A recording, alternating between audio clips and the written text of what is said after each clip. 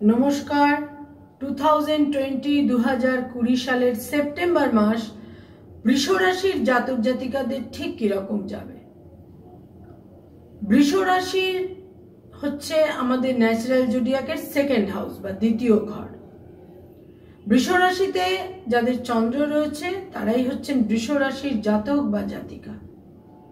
বৃষ রাশির জাতক জাতিকাদের জন্য এই সেপ্টেম্বর মাস অত্যন্ত ইম্পর্টেন্ট, অত্যন্ত গুরুত্বপূর্ণ, অত্যন্ত সিগনিফিকেন্ট। তার কারণ এই মাসের, এই সেপ্টেম্বর মাসের 23শে সেপ্টেম্বর তাদের রাশিতে রাহু সঞ্চার করছে পরবর্তী 1.5 বছরের জন্য।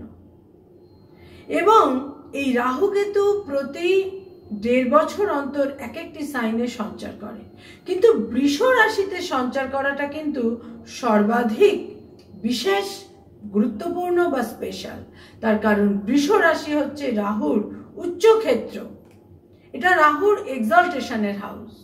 বৃষ রাশির জাতক জাতিকাদের জন্য এই সেপ্টেম্বর মাসের জন্য আমি বিশেষ করে বলবো, সর্বপ্রথম তাদের সচেতনতা তৈরি করতে হবে রিগার্ডিং দেয়ার হেলথ। তাদের স্বাস্থ্য সম্পর্কে তাদের কিন্তু অত্যন্ত সচেতন হতে হবে, ভীষণ ডিসিপ্লিনড হতে হবে স্বাস্থ্য সম্পর্কে। সমস্ত রকমের হেলথ রুটিন তাদের মেনটেন করতে হবে। তা না হলে কিন্তু যে কোনো সময় তাদের স্বাস্থ্যহানি, স্বাস্থ্য নিয়ে বিপন্নতা, স্বাস্থ্য নিয়ে বিব্রত হতে হবে, স্বাস্থ্য নিয়ে বিপন্ন হতে হবে। বৃষ রাশির জাতক জাতিকাদের জন্য এই সেপ্টেম্বর মাসে তাদের প্রথম সতর্কতার জায়গা যেমন স্বাস্থ্য, তেমনি তাদের জন্য আরো যেটা বিশেষ দিক সেটা হচ্ছে যে তাদের অর্থকড়ির ক্ষেত্র এবং তার সঙ্গে সঙ্গে যার যেটা প্রফেশন রয়েছে। প্রথমেই বলি বৃষ রাশির জাতক জাতিকাদের অর্থাগমের ক্ষেত্র। বৃষ রাশির জাতক জাতিকাদের অর্থাগমের ক্ষেত্র এই সেপ্টেম্বর মাসে খুব একটা মনোমতো কিন্তু হওয়ার কথা নয়। তারা যেটা এক্সপেক্ট করেছিলেন, তারা যেটা মনে করেছিলেন যে ইনকামিং, যে অর্থাগম এই সেপ্টেম্বর মাসে তাদের হবে, সেটা কিন্তু সেই অনুপাতে তাদের মনোমতো হবে না, বা তাদের ঠিক যেটা প্ল্যানিং, পরিকল্পনা মাফিক সেটা কিন্তু হবে না। এই সেপ্টেম্বর মাসে অর্থাগমের ক্ষেত্রটা অনেকটাই বাধা এবং বিঘ্ন সংকুল বৃষ রাশির জাতক জাতিকাদের জন্য। বৃষ রাশির জাতক জাতিকাদের এই সেপ্টেম্বর মাসে প্রবল ব্যয়াধিক্য যোগ, এবং বহু ক্ষেত্রে দেখা যাবে যে এই ব্যয় বহু ক্ষেত্রেই অপব্যয়, অপচয় বা একটা ক্রাইসিসের জন্য তাদের এই ব্যয়টা সংগঠিত হচ্ছে। এই ব্যয়টা খুব একটা কোনো প্রপার ইনভেস্টমেন্ট বা সৎ ব্যয় বলে আমরা বিবেচনা কিন্তু করছি না। বৃষ রাশির জাতক জাতিকাদের মধ্যে যারা ব্যবসা করেন, যারা সেলফ অ্যাপয়েন্টেড, যারা বিজনেসম্যান, তাদের জন্য বলবো যে এই সেপ্টেম্বর মাস কিন্তু বিশেষ অনুকূল নয়। তাদের অত্যন্ত চিন্তা ভাবনা করে তাদের কর্মস্থলে প্রতিটি সিদ্ধান্ত নিতে হবে, এবং কোথাও এতটুকু টেম্পার লস করা চলবে না। তাদের আকস্মিক ক্রোধ, তাদের আকস্মিক একটা আউটবাস্ট তাদের ব্যবসার ক্ষেত্রে প্রবল ক্ষয়ক্ষতির সম্মুখীন করতে পারে। বৃষ রাশির জাতক জাতিকাদের মধ্যে যারা সরকারি চাকরি করেন, যারা বিভিন্ন পদে রয়েছেন, দায়িত্বশীল পদে রয়েছেন, তাদের জন্য বলবো যে এই সেপ্টেম্বর মাস কিন্তু বিশেষ অনুকূল নয়। তাদের অনেকটা আত্মসংযমের মধ্যে দিয়ে এবং কিছুটা ডিপ্লোম্যাটিক্যালি তাদের কর্মক্ষেত্রে তাদের চলতে হবে। তাদের কর্মক্ষেত্রে প্রতিটা স্টেপিং অত্যন্ত ডিপ্লোম্যাটিক্যালি তাদের কিন্তু ফেলতে হবে। বৃষ রাশির জাতক জাতিকাদের মধ্যে যারা বিভিন্ন রকম ক্রিয়েটিভ ফিল্ডে কাজ করেন, তাদের জন্য বলবো এই সেপ্টেম্বর মাস অত্যন্ত অনুকূল, অত্যন্ত শুভ। যোগাযোগ বৃদ্ধি, কর্মস্থলে প্রভাব প্রতিপত্তি বৃদ্ধি, নতুন কর্মের যোগাযোগ ইত্যাদি ক্ষেত্রে। বৃষ রাশির জাতক জাতিকাদের মধ্যে যারা শিক্ষকতার কাজ করেন, স্কুল, কলেজ, বিভিন্ন জায়গায়, বিভিন্ন ইনস্টিটিউট, বিভিন্ন জায়গায় যারা পড়ানোর কাজ করেন, তাদের জন্য বলবো যে এই সেপ্টেম্বর মাস কিন্তু বিশেষ করে শেষ 2টি সপ্তাহ অত্যন্ত অনুকূল। তারা রেকগনাইজড হবেন, তাদের প্রচেষ্টা, তাদের পরিশ্রম, তারা নিজেকে যেভাবে এক্সার্ট করেন তার কিন্তু একটা রিটার্ন বা মূল্য নিশ্চিত রূপে তারা কিন্তু পাবেন।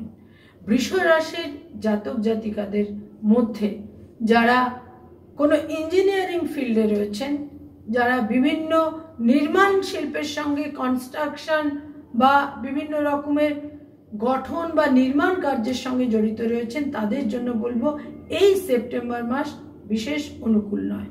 কর্মস্থলে কোনো দুর্ঘটনারও সম্ভাবনা কিন্তু থাকছে।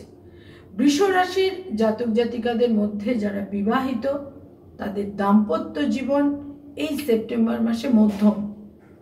কিছু ডিসপিউট থাকবে, মতানৈক্য থাকবে, বিরোধিতা থাকবে, এছাড়া বিশেষ কোনো অশুভ দিক দেখা যাচ্ছে না। গার্হস্থ্য ক্ষেত্র, পারিবারিক ক্ষেত্র মধ্যম শুভ।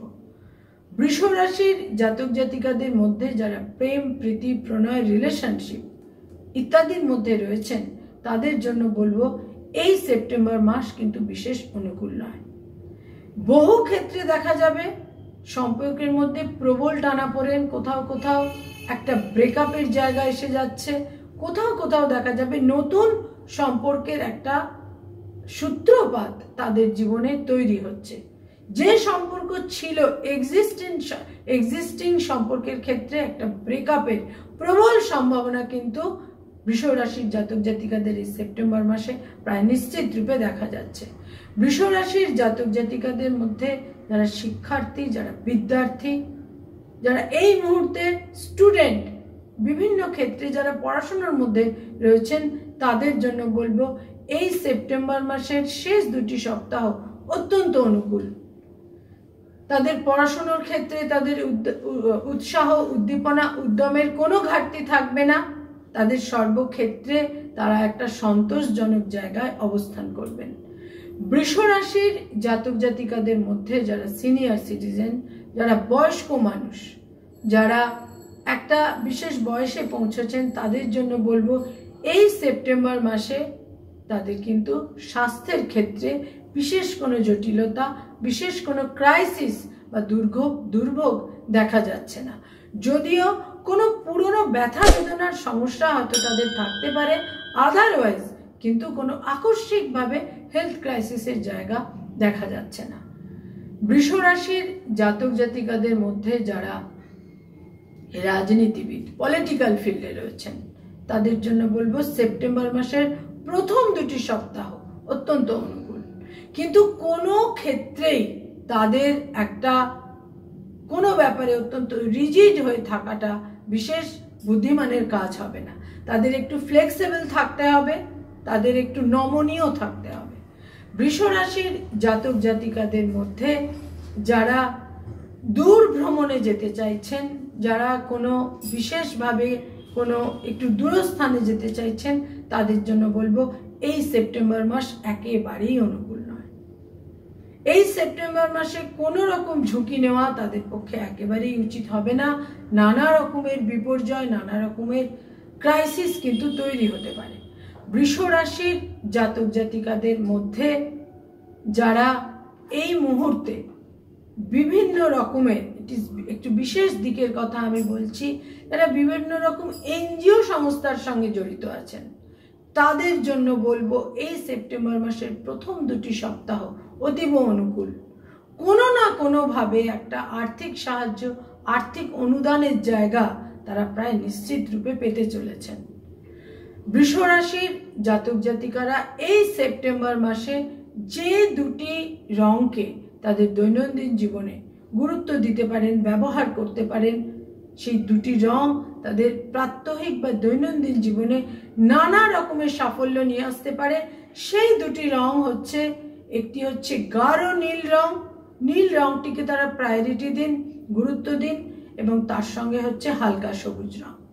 হালকা সবুজ রং তাদের টেম্পারামেন্টকে একদম সংযত রাখবে, এবং গাঢ় নীল রং তাদের সমস্ত ক্ষেত্রে আরো বেশি ডিউটিফুল করে তুলবে, এবং তাদের সমস্ত যে কর্মজীবন রয়েছে, ভাগ্যের দাক্ষিণ্য এবং কর্মক্ষেত্রে সাফল্য, এই দুটির জন্য তারা গাঢ় নীল রঙকে তাদের দৈনন্দিন সমস্ত ব্যবহার্য জিনিসের ক্ষেত্রে ব্যবহার করুন এবং সবুজ রং, হালকা পেস্তা সবুজ রংটিকে তারা ব্যবহার করুন দৈনন্দিন সমস্ত জিনিসের ক্ষেত্রে।